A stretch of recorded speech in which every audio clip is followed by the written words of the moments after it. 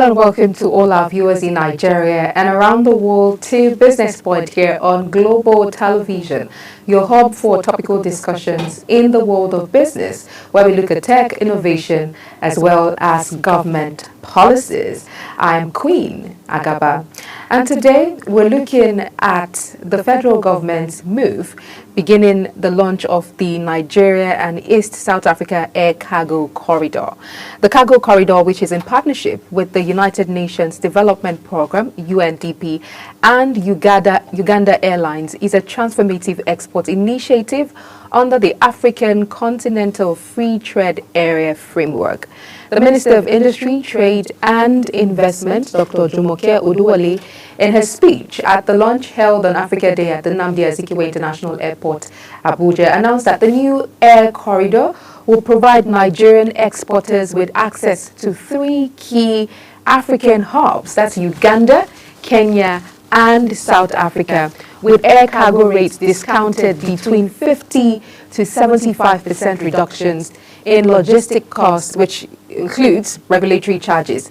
She says the event marked a major milestone in the collective effort to make the African Continental Free Trade Area a reality for Nigerian businesses, particularly the micro, small and medium-sized enterprises that form, the backbone of the Nigerian economy.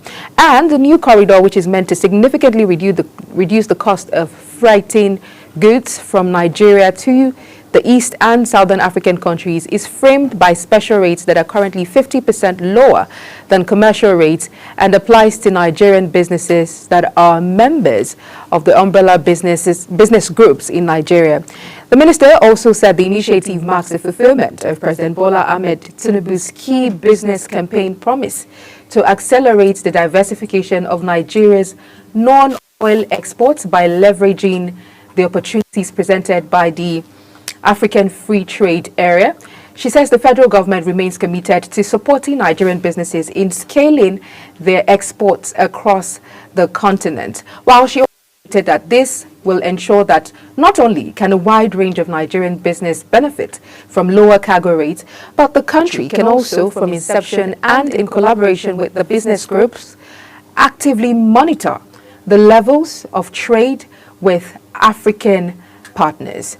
She also established that the African Free Trade Area, with the establishment of the African Free Trade Area, Africa now boasts the world's largest free trade area by number of countries.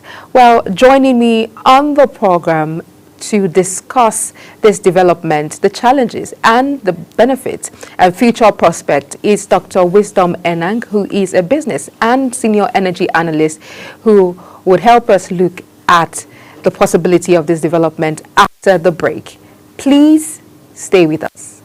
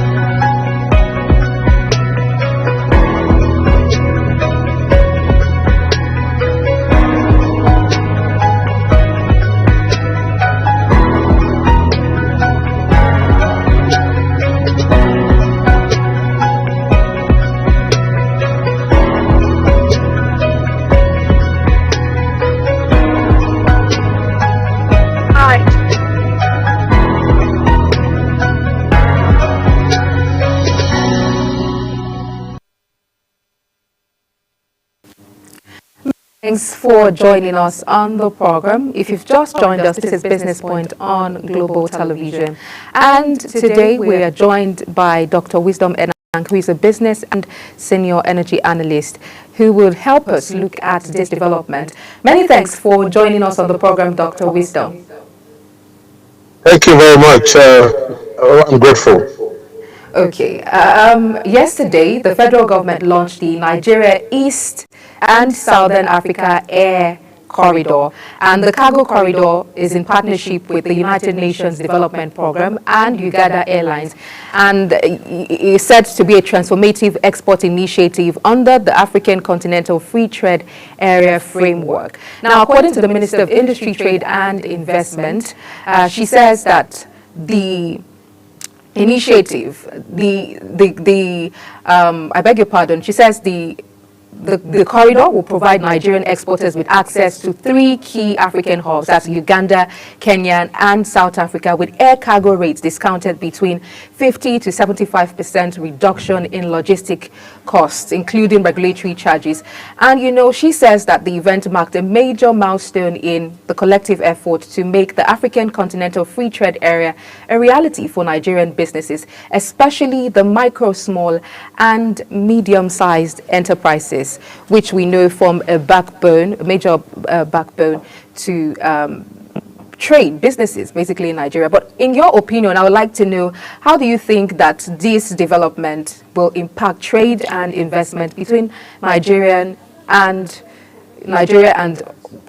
these other regions? All right. I think it's a very good development. I think it's a win-win for Nigeria, because if you think about it, one of the imperatives of an industrialized nation is to be able to bring in cargo by land, by sea, and by air. And I think in light of the safety concerns, whether it be in security or accidents, I think by air seems to be one of the most convenient. So if we're going to unlock the potentials of the African Free Trade Zone in such a way that we maximize the benefits, I think it is very and extremely important that we have an air corridor where we begin to consolidate on some of the infrastructure that we already have and make gains from there. And I really like what they've done. The air corridor allows you to consolidate on whether it is the road network to that corridor, whether it is electricity supply, and that's what I advocate.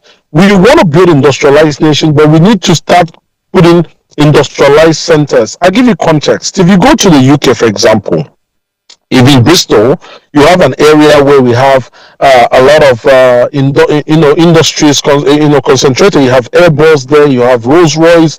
They're all in those industrial areas. Why is that so? Why are they not scattered all over and buying lands all over? It is because what you find is when you consolidate the industries, you begin to build primary and tertiary linkages to those industries. That is the opportunity that you would have to even have service sectors come there and be able to provide services. So the air corridor, just contextualizing what I'm saying, would allow infrastructure growth, will allow electricity support, will even allow government to even put out different incentives for companies that are operating in that region. It will also allow for ease of surveillance, regulatory surveillance. So I think it's really important. But mostly it will also allow us to quickly harness the benefits of having air cargoes coming, and also make a lot out of the AFTA agreement, the African Free Trade Zone agreements. With all of these opportunities and the benefits that we're seeing so far, I think sometimes a major challenge has been implementation. Do you see challenges of implementing these initiatives that would arise? And for these challenges, how do you think that they can be addressed? Okay, before we talk about particular projects, we need to look at how the investors typically think. I'll give you context. When an investor is coming in to even invest in a particular sector, they have to look at the risk that country portends to them. And that's really important thing. So, what are the risks at the moment? If you look at the macroeconomics, for the most part, the forex market is stable. It's not where we want it to be. We want it to be under 1,000, but it has settled at about between 1,550 and below that, but not more than 1.6, at least in the official market. That's sort of stability for investors. Now we also have a lot of foreign direct investments coming in, so that's a proof of concept that the nation is able to attract and retain foreign direct investment. So with that being said, I think if they can put together a good business case that would then go on to consolidate on the gains of our improved macroeconomic outlook, we can be able to retain investors to develop that particular initiative, because funding is a big issue. I think that's the summary of what I'm trying to say. But for you to get funding, the macroeconomic risk that the nation pretends needs to be looked at vis-a-vis the risk of the business that we are putting forward, and also the balance between the risk and the benefits of that particular business initiative. So before we can do this, political will is very key. Funding, being able to put in a unique, business case and a value proposition for investors is a very important case. And also the execution discipline is very important. I think we ought to start thinking about executing projects that we can see through to a meaningful level within the current administration. So we ought to start doing that. And even the people that need to drive this, there needs to be that consensus approach towards putting the right people with the right skill set and the right attitude. Because if you put people that do not have the ethics, if you put people that do not have the vision, that do not share in the execution of the vision, there is no way we can fulfill this. And the last thing I'd like to mention is that we need to think in terms of maintenance. I think one of the biggest challenges I have is when we build things without designing ab initio how we're going to try and maintain and even improve the value of that thing. So we build an infrastructure. There is by design, we do not make place for maintenance. And maintenance also means, how are we going to earmark funds from the operating costs that we're going to be running this thing out for the maintenance of this facility or for the upgrade of these facilities? And so we run those facilities to failure. So I think the current administration has a very serious task of making sure that not only do they conceptualize this idea, that they execute the idea, and they think through from end to end how they are going to manage the various phases, including how to maintain and even improve on the value of that particular initiative over time. Thank you, Dr. Wisdom. But let's just, I'll have to take us back to looking at the benefits again. For you, what do you think, do you foresee any potential economic benefits for non-oil export diversification? Exactly. I mean, I said something about from the linkage. So you create an air corridor, and then that air corridor has got to establish a linkage with storage. I mean, whatever you cannot fly, you have to store. Whatever you want to, even bring around for people to claim their, whatever, things they need to claim, they would need to come and, take it from a warehouse. So what does that mean? People would need to store, build warehouses. So that's a linkage, very directly linked to the air corridor that you're creating. Now, whenever there's a facility for storage, that means that people can then begin to consolidate on commercial quantities. Remember, there are different imperatives when it comes to achieving exports. You will need the right quality, you need the right quantity, you need the right pricing for offtake, and you also need the right sort of partnerships to make this. So when it comes to quantity or quality, the quality is, you obviously source and process the right quality. That's one thing. But when it comes to quantity, once you can create the right quality and store them, it means that you have enough time to be able to source from other sources and create a commercially viable quantity for exports. And then with that brings the idea of partnerships. With that also means that you're able to also play around with seasons. There are some items that if you just have a little bit of patience and store them, you can export those items at a much higher price when it is off season. So there's a lot of dynamics and linkages. So now we're linking the air sector down to warehousing and logistics. We're also linking it down to maybe agriculture or even production. We're also linking it. So it has a lot of linkage, and someone is going to say, look, I need you to be a middleman and aggregate some of these commercial quantities for me. This is when I need it. And so you're going to see that there is a lot of effect that is going to have on other subsectors. So that is inevitably going to engender other subsectors. And the reason why I've said that we need to consolidate those things around the air corridor, which is what I love, is that it allows the service sector to even come around. Because if I know there's an air sector, there's an air corridor there, and I want to build a hospital, I can come buy a land and situate it there. I can equally come and buy a land and situate a hotel, knowing that people that are unable to clear their goods will want a place to stay. So there's a lot of benefits in terms of even the service sectors, or even helping to support non-oil export. It also opens up, and the fact that it's been in an area, it really helps with the appreciation of value of other commercial activities around that particular area. Let's talk about businesses, particularly MSMEs. Most of their problem or challenge over time has been oblivion, lack of awareness, particularly to such initiatives, the benefits of these initiatives. How do you think that the government or the government can, better make aware the benefits of these initiatives for MSMEs? Okay, I think one of the ways to create awareness is one thing first. I think we need to have a lot of aggressive, sensitization programs that are going on. But I think we're not doing enough in terms of partnerships, and this is the way I see it. In terms of partnerships with various different bodies that can help us. I'll give you context.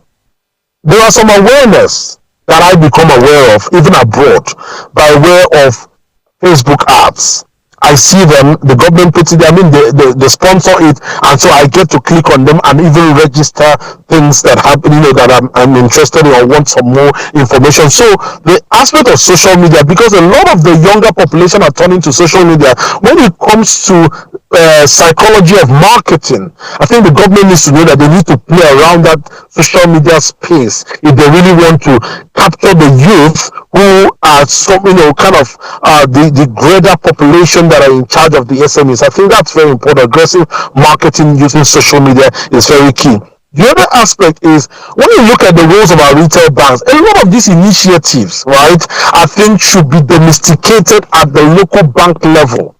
We should be able to say, this is, when you talk about SME initiatives, it's all about either providing funding, providing, some sort of mentorship. And I think these are things that we can partner with the local banks, and they have those flexes all around, register here for whatever government initiative. Everybody goes to the bank. Even if you don't go to the bank apps could also be made to include some of the pop-ups to advertise some of those initiatives. What that means is that is highlighting the relevance of synergy. We don't want to work in isolation. Government is doing one thing and they only depend on their marketing arm to do that. And if their marketing arm cannot get to the grassroots or to the younger population, then it is not going to be fit for purpose. I think we need to spread our tentacles wide. First, we need to, kind of create a segmentation of the entire psychology of marketing as it comes to who are the target people that we think we want to orient this particular initiative to. Are they the young people? Where do we find them? Do we find them on Facebook, on Instagram, or on Twitter? And then how do we do paid advertisements to get there? But the other thing is the idea of making sure that whatever you're doing is actually very simple, is easygoing, and is something that is very straightforward and transparent. Why is that important? Because think about it. If the average young person hears of an initiative, they are able to go through, provide the right documentation, and that initiative crystallizes successfully to them, they can easily call their friends and say, look, apply. I'm a nobody, I applied, I went through the process and it worked. And you can never underestimate the power of word of mouth marketing. It's really important. And that word of mouth marketing is underpinned by credibility. Is it credible? Is it reliable? Can people trust it? Does it work? So I think all of these factors are things that the government needs to put into account in making sure that they reach the right people. Because if they reach the right people, the people that are not economic rent seeking, the people that are ready to be productive, then those funds should be well used. This should not be people that will take those funds and begin to abscond. So I think there's a lot of work in terms of reprofiling the psychology of the people that are targeted for the SME support, and making sure that they go through this, going through the right partnerships, going through this with the right professional organizations that will make sure that they improve the efficiency and effectiveness of the initiative. Okay, beautifully put, Dr. Wisdom. Well, let's just look at the long-term benefits of this initiative for Nigeria's economy and trade relations with both East and Southern Africa. Just in 1 minute to wrap up the conversation. Well, I think it's the benefits are enormous, because there's something called balance of trade, right? And you don't want to be importing more than you're exporting. You obviously don't want to be losing more money than you're earning. So once we have that hub, it allows us to also make money from the aviation sector and all of those logistics sector from air standpoint. I think it is really important when it comes to balance of trade, because right now Nigeria is not having that good balance. I think we're importing more than we're actually getting, and I think that is a very clever plan to initiate ways to enhance expand our non-oil exports. At the same way, we also have more money revenue coming, at the same time balancing trade, ensuring a trade balance in how we do our exports and imports. Thank you so much, Dr. Wisdom Enang, for your contribution, looking at the federal government's plan to airlift cargoes from East to Southern Africa. Thank you for your time and for your contribution. We always love to have you again on the program. Thank you very much. God bless you. Have a beautiful day ahead. And you too. Thank you. Well, this is where we wrap up the conversation on the move by the federal government airlifting cargoes from East to Southern Africa. And I have been speaking with Dr. Wisdom Enang, who is a senior energy analyst and business consultant, giving us his insights and opinion on this initiative. You can download the Global TV Nigeria mobile app for Android and iOS devices to rewatch our broadcast and to keep track of our broadcast as well. You can also follow us on all social media platforms using @Global TV NG and other handles to also keep track of our broadcast. And you can watch Global Television on DSTV channel 365, on Star Times channel 276, and free to air on Nigecomsat. Thank you for your time with us on Business Point. I'm Queen Agaba. Until I come your way again tomorrow, bye for now.